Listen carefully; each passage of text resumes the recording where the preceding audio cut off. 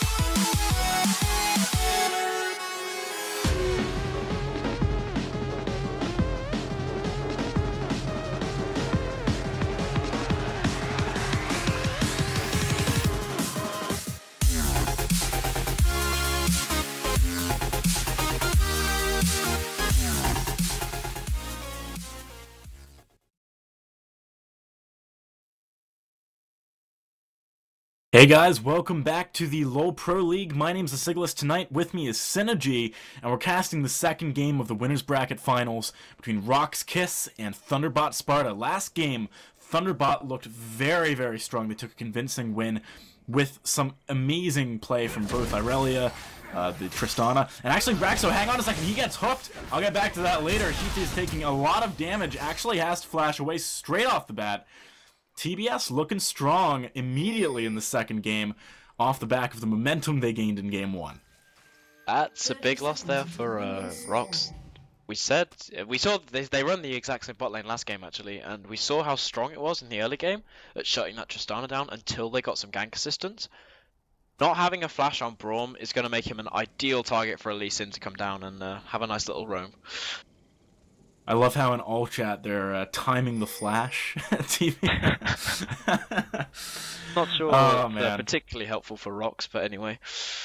Both these teams are, good-natured, even in the face of such an important game. Obviously the winner of this guarantees their slot in the grand finals. They guarantee their chance to play for the lion's share of the $20,000 prize pool. The loser, though, they gotta fight through the losers bracket. They gotta go all the way through that just to get back to the top game and end up facing whoever wins this anyway. So it's not something they ideally want to do. Let's talk about what's going on here in this game, though, because both of these guys, they're starting off on the small camp near bot lane. Yeah, we're seeing it become pretty much standard now in competitive play. Getting that level 2 for your AD is just so strong. It basically secures you an early advantage in that lane. And you can also basically anticipate that the enemy team is going to do the exact same, so it puts yourself at a disadvantage just not to do it now. Yeah, I mean, last game we didn't see it, but that's only because the threat of TBS invading was great, and, they both didn't get it. Now, Lune, he hits level 2 just as Raxo decides to go aggressive, so don't think they really want to put the pressure on like they did before. Raskin actually didn't get the majority of the experience from that small camp. They gave it over to Raxo. I kind of like that. If you've got a sort of tanky initiating support, giving over that experience to them rather than your AD can really make your engagements a little bit stronger early on. Yeah, whoa, no. He actually gets jumped on by Raskin, but he's taking so much damage. The Ignite goes down. The heal was after it. First blood goes to Lune. He is low, but surely they can keep going on this if they want to. Raxo is just going to be able to back away. I really don't know what Raskin was doing there. Lune, he's trying to get the hook. Not going to land it. But yeah, that was a strange engagement coming out of Raskin. Yeah, for sure. They can't give up advantages like this early as Braum Graves, sorry. It's a known dominating lane. They should be winning this really hard, and to lose out in a level 2 trade is just poor decision making, really. It's possibly one of those things that they could end up tilting, especially since last game they did end up going down to gank. So we'll see how this plays out, but I wouldn't want to give the advantage to Ezreal and Thresh just because we know how well Ezreal scales compared to Graves if he decides to go for that blue build. Yeah, it is very strong. And actually, no. Getting some help here from Sean. The death sentence lands, but a really nice jump away by Raxo over to Raskin. Saves his life there. The stand behind me is yes, the stand behind me was a very useful ability there. Yeah, for sure. And I like that Sean's is trying to put pressure down this bot lane. They don't have many summoners left, only the flash. Oh, hang on, Astari in the mid lane actually gets hit by the second part of the ethereal chains, knocked up by the flag and drag, but still manages to survive somehow. I'm not sure how Astari managed that. He got very, very low. He is certainly going to have to go back here as well. And Alex-Each, he's off to a great start in this middle lane. Yeah, he's getting himself a nice little CS lead, and his ability to clear waves, I can safely assume that he's maxing that W. It makes it so hard. It reduces LeBlanc's sort of early game weakness because she can just shove people into towers. We used to see that Q max and it was really difficult. You'd get shoved in all the time. You wouldn't be able to roam, and we all know LeBlanc is super strong at roaming. So good to see him maxing that W. Putting the pressure down to Talon. I'd also expect to see Jarvan in this mid lane a lot, just because of the CC. One thing I want to touch on real quick is that Nono, even after picking up First Blood, has not headed back. Oh, hang on though, because Dimash is coming in the top lane, blocks the leap from Steve. The flash away keeps him alive just a second longer, but now, can they kill these blobs quick enough? 2 more left to go. They certainly can get it. And Fareez picking up an easy kill onto Steve. But like I was saying in this bot lane, Nono hasn't gone back to buy, even though he got first blood. He's still got his potion. But at this point, his health deficit up against Raskin is maybe causing him a little bit of an issue. Yeah, they've probably chosen not to go back so that they can get a bigger power spike later, because we can safely assume that Nono is going to be able to pick up that BF sword a lot earlier than Raskin. Especially now that he's purchased that longsword, so they're looking to invest in the lane slightly later, but they're going to give up some like early pressure now, so this is kind of what they're expecting though. I mean, probably coming into this, they didn't expect to get that solo kill early, so to be ahead, you know, from that early kill is really good for them, so they don't mind giving up a little bit now in exchange for having that slightly stronger mid game. And he did go for the BF sword like you were talking about, so when he gets back to this lane, man, those Mystic shots are going to be chunking the health of Raskin and Raxo. And actually, Sean is doing a lot of invading this game, and look at his positioning right now. He is behind enemy lines in this bottom lane, just making sure that, you know, he could assist anything that might go on in this bottom lane, and I like the fact that he's putting some pressure there. If you look at the top lane, Steve, he has died once already, but that, in my mind, just suggests that maybe focusing your attention there for Sean's would be a mistake. You know, you can't make quite as big of an influence in a lane that's already losing. Middle lane, Astari is doing a solid job by himself. Bottom lane, Graves Braum is supposedly going to be really strong, so maybe focusing some ganks down there, shutting that down early might be kind of useful. Yeah, though, do have to make note, actually, of just how far Steve is ahead of Freeze in this top lane, despite the fact that he's been ganked. Oh, hang on a second, mid lane, Alex tried to go all in on Astari there. That could have been very deadly. Oh, he just misses out on that ethereal chains, and I'm surprised Jarvan hasn't been around a little bit more, especially now that Alex is level 6, you know. We heard about the Bjergsen, you know, 2 chains, 3 chains, 4 chains. The abilities for a LeBlanc to keep landing CC, if someone can set her up, is just so huge. And then she has that burst on top of it, so he is developing a little CS lead. Expect to see Jarvan pressuring it a bit more now. Well, both of these junglers looking like they want to spend some time near the middle lane. Sean's was there for quite some time. Jarvan was just kind of taking the scenic route back to his blue buff, giving that over to Alex. Bot lane, Raxo and Raskin are still doing a pretty solid job, I would argue, considering that they lost that early kill. They're really not that far behind. The CS is equal, they're doing a good job of putting pressure on Nono, and actually the early level 6 on Raxo, because that experience went over to him from the Krugs, is definitely turning out to be very useful at stopping any kind of pressure. Yeah, though, I expect by the way TBS are playing so aggressively that they're about to hit level 6 very soon. In this top lane, I was going to touch on it briefly earlier before we had that fight mid lane, that actually despite Steve being ganked, he's still ahead in CS in the top lane. I mean, he's 6 up now, he was 10, so maybe Freeze is starting to make use of the fact that he has that extra pickaxe on his way back. That's not something we necessarily would expect to see. We always think of Yorick as a really strong lane bully, and sort of Zac is... he's fits your comp more for that late game. Yeah, look at how much damage Winter's Bite does by Raxo. That's actually an incredibly large amount of damage, and I'm surprised that Nono didn't take the Lantern, considering that they knew that Damashka was there clearing out a ward. That was kind of a risky decision, and actually, looks like maybe we're going to see some fighting here over blue buff. Actually, good read by TBS backing up to defend that, sending Lune over there as well. But, I mean, yeah, in this, all these lanes are fairly even, but one of the most surprising things is definitely this top lane. Alex actually trying to go onto Steve, but missing the chains. Not going to work out if you don't land that ability. No, definitely not. You're going to have a hard time locking anyone down, especially now that silence is gone. And actually, it's something interesting to touch on is that both Talon and LeBlanc have lost their silences, so this lane is vastly different to how it used to be. Both now have the potential to completely blow each other's heads apart, but whereas before, whoever landed the silence first really won that exchange. Yeah, I mean, certainly, I think it's more about dodging things now than it was before, because obviously if Talon went in, his silence is very easy to land quickly, gets it off, you can't chain, so there's no need to dodge. Now, it's a different kind of situation, you still got to be wary of that, you still got to avoid it. And look at how much the junglers are just roaming into the river and kind of sitting tentatively on the edge of enemy territory, right? They're kind of looking like they want to go for invades, like they want to go for ganks, but then they're backing off at the last second. As a result of all the time they're spending so far up, the ward coverage from both teams is really strong. Rune actually landed a good death sentence there, but not able to follow up. Yeah, and something I'd like to actually just touch on is the fact Whoa, that... Steve! He is solo in that top lane. Whew, that was very close. Sorry, go ahead.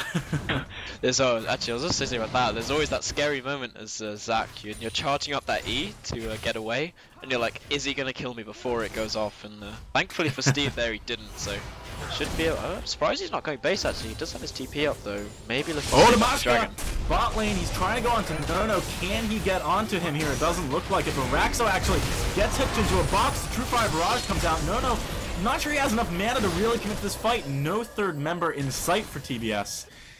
And they're just going to back away from this. But they do force Damashka away on a bit lower health. Maybe if Sean wants to go for an invade or something like that here, they could make something happen. Maybe a dragon attempt could also be on the cards. But Raskin, he left that fight unscathed, and that's very worrisome if you are TBS's bot lane. Yeah, actually, TBS did a pretty good job of getting out of that unscathed. Whoa, Steve! He's gonna have his passive popped there. And actually, Sean, he does go for the invade on Damashka, lands the Q, but can't follow it up. Free's not gonna be able to pick this up. Although Alex is here, the AoE gets it! Mimicked! Distortion there, picking up Steve. Nice roam coming out of Alex to pick that one up. I think Steve was definitely not expecting that. No, and he did run over a wood actually, so although to be honest, there's not a lot you could do while you're in Zac passive. You gotta sit there and sort of accept your fate. Type in all chat, please. Steve. Yeah, beg the enemy team for mercy though. This has triggered. Oh, hang on, there's a teleport coming in. Steve's trying to contest this dragon, being followed up by a teleport from Freeze, but here's both the bot lanes. Raxo gets hit by the Death Sentence. Now Nono doing lots of damage, turning that around. Steve gets the kill on Raxo actually. And now there's 5 members here. They picked up the dragon, they picked up a kill. What can they rotate and take right now? It doesn't look like they're going to be able to get too much out of this. No, we have just seen Alex get back to that mid lane, so he's going to clear that wave up. It would be the obvious choice to push, but I think with that double distortion, it's going to be too hard to... Alex has got way too much wave clear. And as we see, the rest of Rox are collapsing anyway, so... Is giving them, Raskin a little bit of opportunity to free farm in this bot lane, and he is starting to take a small lead over Nono. That was very, very close by Lune. He was in a bush with the pink ward, right next to Damashka, and able to recall. Actually, the pink didn't get spotted out either, and now Damashka's kind of behind enemy lines yet again. Sean's looking for him, not going to go for it. Nono gets his back cancelled by Raskin. Nice job there. Keeping them both on low mana totals, I would definitely argue that that favors the Graves player. Really, the Ezreal needs to be getting those Mystic shots off. Oh, for sure, especially as Graves' passive is really what does a lot of work in those early trades because of the extra armor and magic resistant. Ezreal has a fair amount of mixed damage, so yeah, he's definitely going to come out a lot worse than that if he sticks around on low mana. But yeah, I was seeing Rox trying to set up some fades here, but they are spotted by the pink. They do actually clear that now, so I like what they're trying to do here. They're trying to make picks. You know, we know how strong LeBlanc is, especially mid lane very soon. Whew, Astari actually not able to land any of the damage from his ultimate there.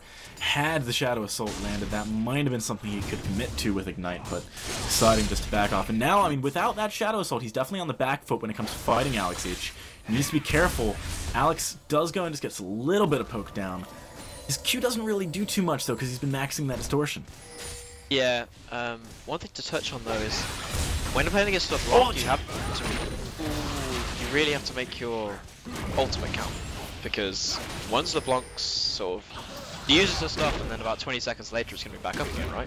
So, oh, hang on a second. Top lane, Sean comes in on Freeze, bounce comes out from Steve, and now they're putting down the pressure, but look at the damage on the Sean's, not to mention the sustained. Damashka comes up, can't quite get to Sean, but Steve, surely he is going to fall. Cataclysm goes down. Actually, the tower doing a lot of damage. Sean's lands the Sonic Wave, not able to follow up with the Resonating Strike, and both teams get out of that somehow.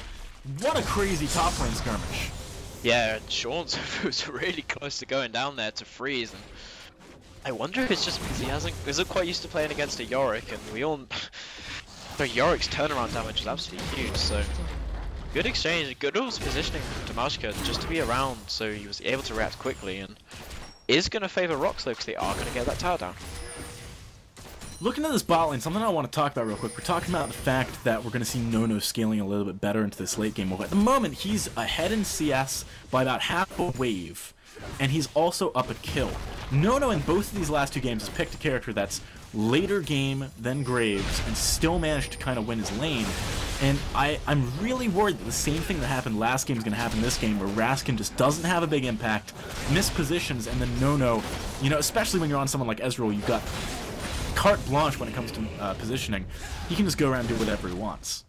Exactly, yeah, and we did see Raskin playing really aggro last game, and unfortunately quite a lot of times it cost him his life, so we'll have to see how that plays out. But this mid lane is really where the big difference is between Rox and TBS right now. Oh, Sean's actually might go. Oh man, that was a great play by Alex, predicting that he was going to ward jump over the wall. The chains does land, the ignite goes down. Sean tries to get the kick away. Steve jumps in though, but Dimashka's here. He can't follow up because of his Starry. Now they're trying to chase on the Alex itch. The Mystic shot goes out. He's nearly dead. Flash forward by Nono, picks it up with the last auto attack. The Starry now. He is getting engaged onto by Raxo and Dimashka, but they realize they're outnumbered. They're going to start to back away here. Mystic shot lands.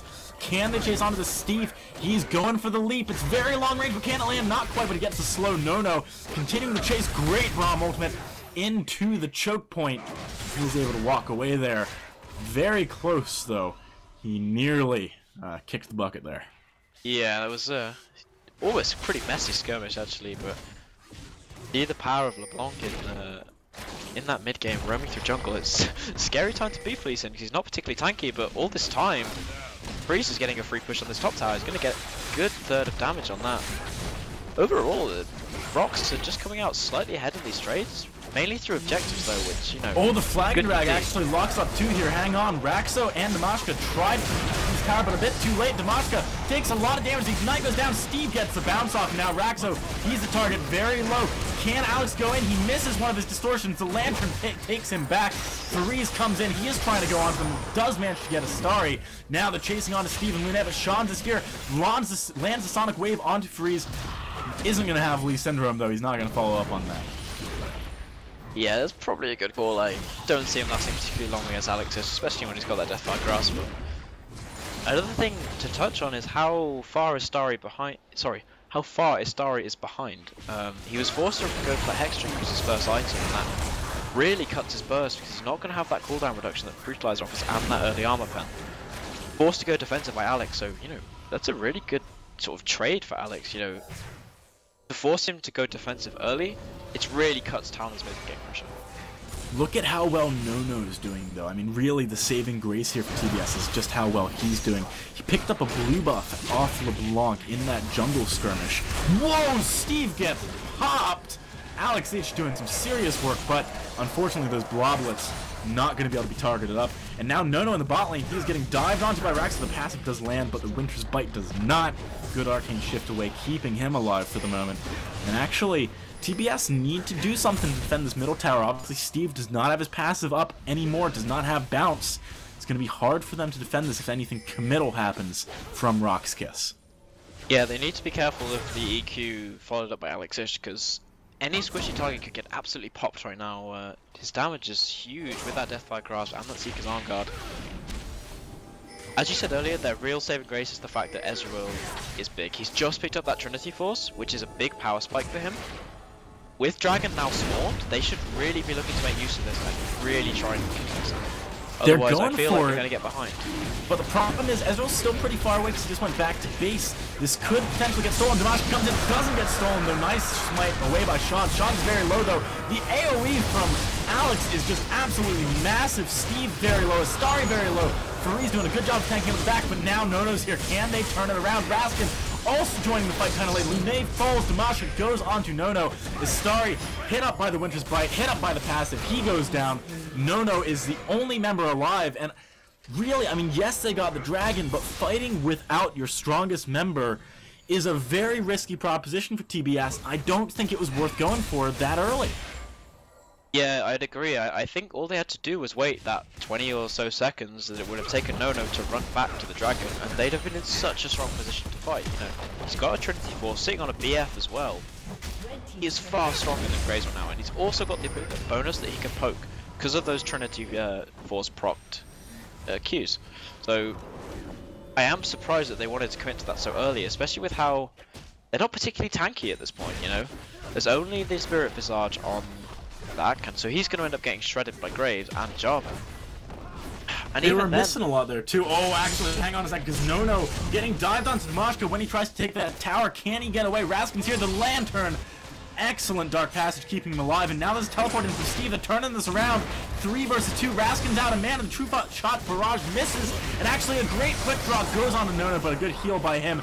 Deals with that. The death sentence does not land onto Dimashka, and a very nice turnaround from Thunderbot. yeah, that was a good pickup for them. I mean, they got the tower as well, so really good exchange actually for Thunderbot, and they are going to have to go back and deal with Freeze though in this top lane. I think that's also one of the redeeming factors for Rox actually, is when they lose out these little trades, it's normally because Freeze isn't there, and every time he's not there, he's in that top lane pushing and trying to secure objective pressure. It does mean that TBS can't then capitalize in this bot lane and try and push that inner tower. Yeah, and the TPs, you know, they're slightly disjointed right now. There's going to be a small window where Faris has it, and Steve does not. Lune, oh man, nearly gets burst, but a great play stopping that distortion. Raxo actually burning his ultimate there for nothing. The Glacial Fissure not accomplishing anything, and Lune very lucky to survive, but that has put them in a good position to maybe make something happen now. Yeah, but the problem might Oh, the flash! They actually try and go on Freeze, but he predicts it. Very good flash away. Sorry to interrupt you there, but crazy stuff's going on. Alex now getting engaged on by Steve on the side, having to flash away. Flashes all over the place, but no one actually getting any.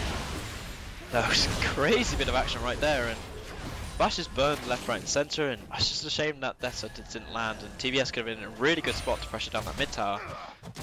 The problem for Rox right now is I just think they're a little lost. They don't really know where to pressure. They've got all of the outer towers, but they can't seem to make a dent on any of these inner ones, and their comp isn't the best for sieging. They don't have a long range AD. Their mid laner I guess is okay. She can poke a little bit. She's quite mobile, but both teams are very all in. They both want to sort of dive you, destroy your backline, or sorry, your even front line as well. But that's going to take objective to come up before any team is willing to really commit. So I don't think we're going to see an awful lot of... Oh, hang on a second. The insect onto Dimashka knocks him back into the team, but he's able to dash away quite quickly. Sean tries to flash forward onto him, but for naught. And now Steve, he is getting a lot of pressure onto him. TBS are in full retreat right now. They bit off more than they could chew and have to get away here. Yeah, the kick from Sean's probably wasn't ideal. I mean, it was only on to Dimashka, who's obviously fairly tanky at this point, and they were also too far away from the rest of their team, so despite the fact that it was a great kick, but there was no one nearby to really follow up. One thing I just want to quickly point out, by the way, we were talking about it earlier, Rangers Trailblazer getting picked up by Dimashka, not what you're normally used to seeing, but it is so good against Steve's passive. It is very, very nice at just instantly bursting down all of those bloblets when he dies, so he can't resurrect. You mentioned it before the game. I think that's important to note. And also, one thing I wanted to talk about, with regards to Rox being kind of lost right now, is they're trying to put a lot of resources into shutting down No. Earlier on, when he was in the bottom lane, Lune was just walking around doing his thing, trying to set up kills elsewhere. But on the flip side, both Raxo and Raskin were that bot lane, trying to get the tower, trying to pressure onto No. Then they committed to him with some ganks. They didn't pay off. I feel like maybe they need to be matching the pressure coming out of TBS rather than trying to apply it somewhere else against a character. Ezreal is just so good at getting away from things. Yeah, that's true. I do like the fact that they sent Alex bot to split push. I don't think anyone can deal with him right now. I mean, she's obviously going to win out on Talon. I feel even Steve would actually have a hard time against, how much damage LeBlanc has right now with that DFG and that Nomicon. So people don't think of LeBlanc as a split pusher, but to be honest, anyone can split push if you can't 1v1 them. You can't keep them away from the tower and you can't stop them doing damage. No matter how slow they are, they're a pretty good split pusher. That is very true, and Sean is just disjointing the Sigil of Silence there by killing off that ward. Nice play by him. But look at all the pressure that's piling up in this river. Dragon's up in about 15 seconds. Rox, they want this. They've missed out on the last two, and it's time for their slice of cake here. But TBS, they obviously aren't going to let this go for free, but they're trying to stop it. Dimashka and Steve just juking it out on the sidelines here. And actually, Alex jumps in onto Steve. I don't know if that was the right call. Fareed is getting hit by the death sentence. Steve jumps in onto Dimashka. The fight starts. Bounce going off. Dimashka's very low. Lune is getting tanked very hard. And actually, Nono is in a great position. He has not been hit at all now. Talon in the backline landing a very nice Shadow Stall, but it doesn't do enough. And I feel like Rox are coming out a little bit ahead here. They just did not take enough damage from Astari's combo. Now Nono tries to walk in, but obviously the duplicate of Raskin making his life a bit difficult. Alex jumps onto Steve, but he's so tanky he can't get it. The Sonic Wave lands, it's followed up. Great Dragon's Rage, finishing that up, and now suddenly TBS are looking very far ahead. Can Fareed tank out these two? Nono's actually taking a lot of damage, has to jump over the wall. Sean's, can he land the Sonic Wave? That will be the nail in the coffin for Fareed.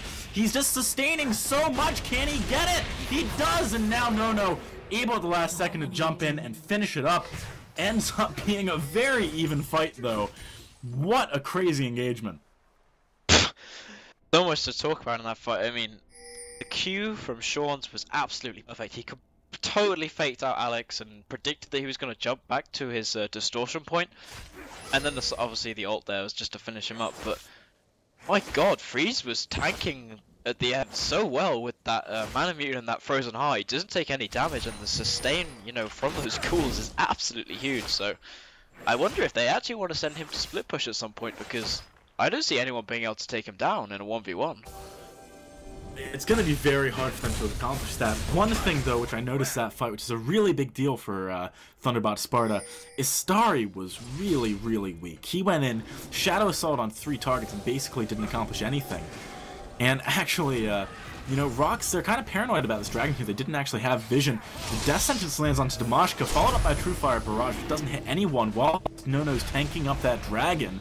2 hits from that actually did a lot of damage, and now, round 2, they're going for this Dragon as soon as they can.